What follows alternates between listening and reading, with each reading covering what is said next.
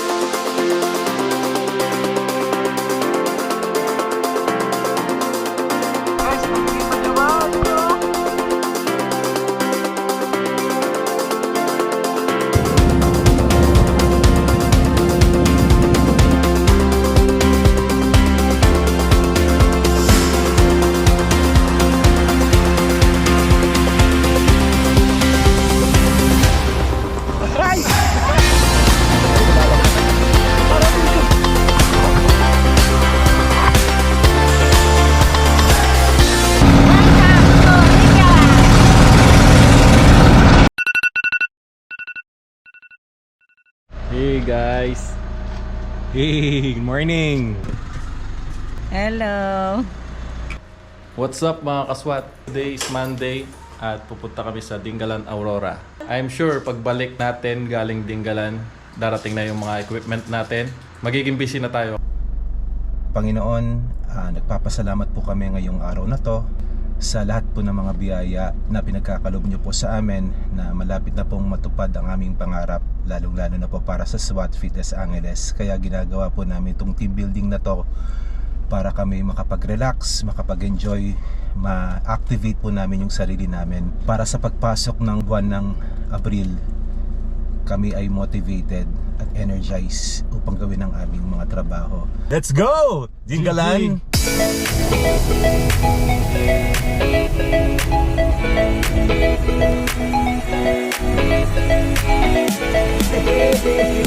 Hello.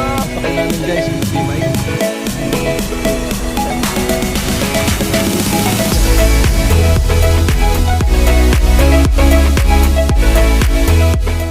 Dito kami sa Dingalan Feeder Port. Punta kami ng White Sand Beach. Iwan namin yung sasakyan dito tapos sakay kami ng bangka papuntang isla. Pinakamahaba na to. Oo, sir. May kumaba na sir. Para wala lang gansan. Sa labas 80 ano. Hindi na, 120. Thank you. Te, asan yung jet ski? Get this ko. Matuyo mo.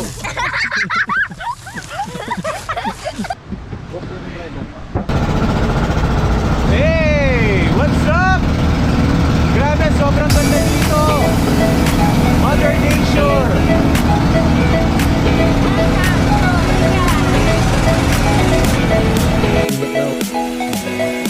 Lightweight.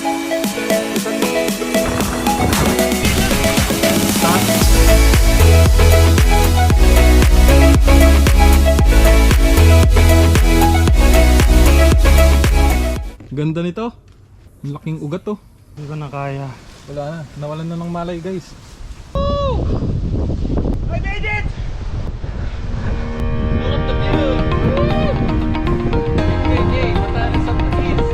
Grabe guys, ganito kaganda dito.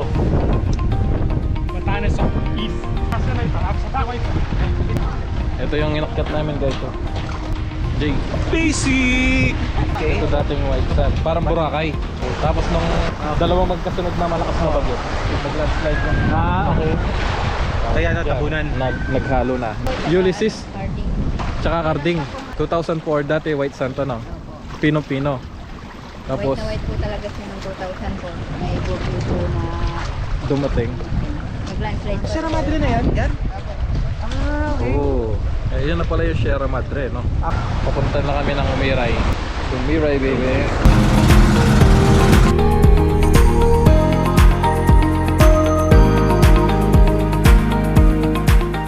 Dito na kami sa Umiray. Jude and Mary. Jude and Mary. Meron siyang kubo tsaka swimming pool. Under construction pa rin siya. Ang dami ginagawang villa dito sa side na to. Tapos ito yung toilet niya. So napakaluwang. Sarap mag camping mamaya.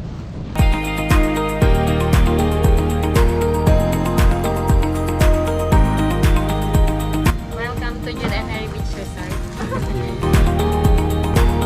Kaya nag-set kami ng owning tent namin dito sa tabi ng kubo. Mamaya try natin mag-bonfire dun sa tabing dagat. Anong pangalan ko? Pika to. Pipika to? Oo. Naman po. Magkano yan? Mura Isa? na yun, 2 isang kilo na yan. Masarap luto dyan. Ay, mas anong luto? Sinigang, tapos kahit ano.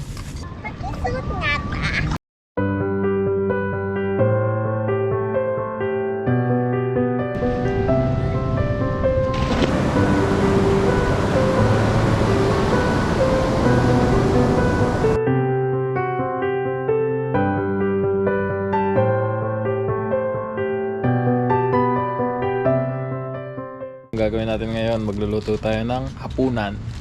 Meron kaming biniling isda dito. Ayan. Sinigang na isda.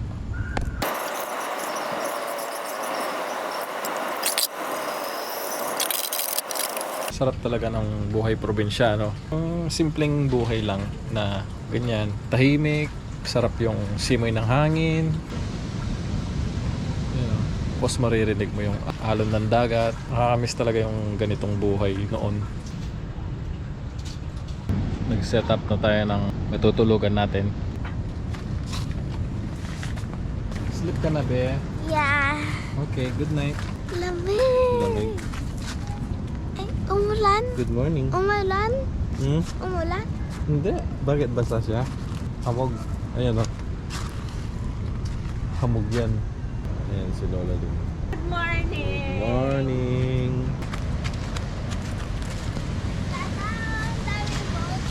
Ha? Ayaw nga. Ang daming boat. Ayun yung dagat to, guys. Daming nagpapunta. So, this is our second day dito sa resort at mamaya pupunta kami ng Lactas Falls. Pero hindi na namin dadalhin yung sasakyan. Gusto daw nilang ma-experience yung modern kalesa nila dito, yung traktora na inaakit nila sa bundok. So, yun daw yung sasakyan namin mamaya. Tingnan nyo guys. Dagat, tapos yung bundok sa likod. Yun yung longest mountain. Ikaw tayo world or ito tayo Philippines. Ito yung owning tent namin guys. Dito kami natulog. Ayan si Boss Madam.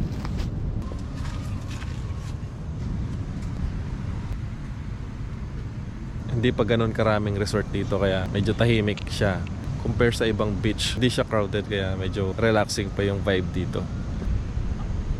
Magpapabook na tayo ng traktora. Try natin manghiram ng kolong-kolong sa may-ari ng resort. Probinsya talaga eh.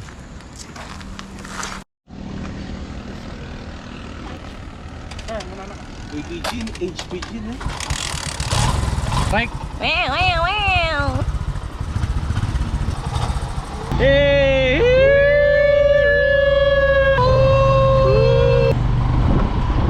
Hey!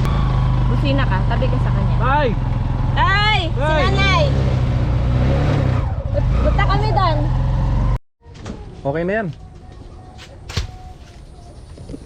Nagpakuha tayo ng papaya kasi magtitinola tayo mamaya. Thank you.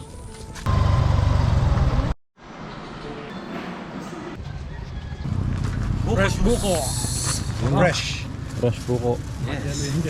Tikman natin ang buko ng Dingalan. Yan, nandito kami sa Municipal Extension Office ng Barangay Ibuna. Dito yung evacuation center nila pag may typhoon dito sa Dingalan. Yan. May pang tinola na tayo. Magkano yan? 200 kilo.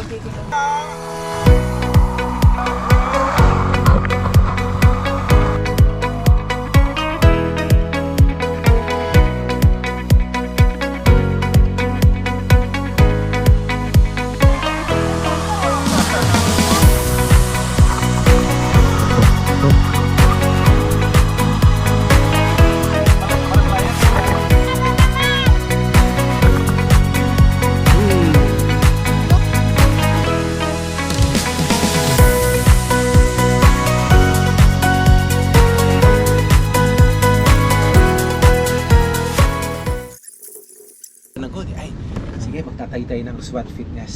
Angeles, kaya ang tanong dito, how bad do you really want it? Pag goal setting, pag meron kang goal, after 2 years magtayo tayo ng villa dyan sa sa beachfront, di ba?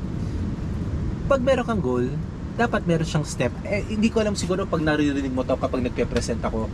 Finally, nakaraos na rin kami sa aming team building.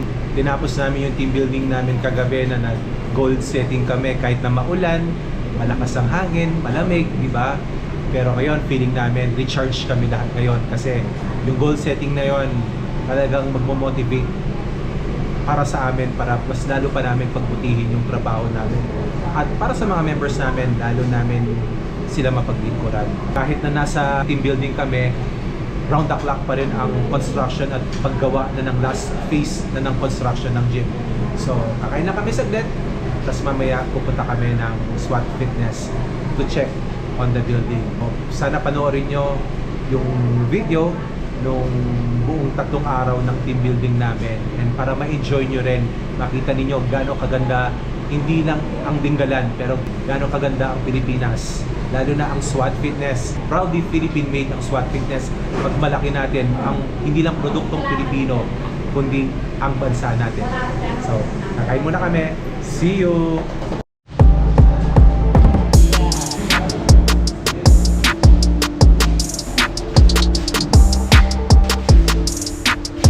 Ganda. Nawala lang ako ng 1 linggo. Ito na yun. Kompleto na halos. Tapos dumating na yung mga machine. Oh. Yes, can I help you? Welcome to SWAT Fitness.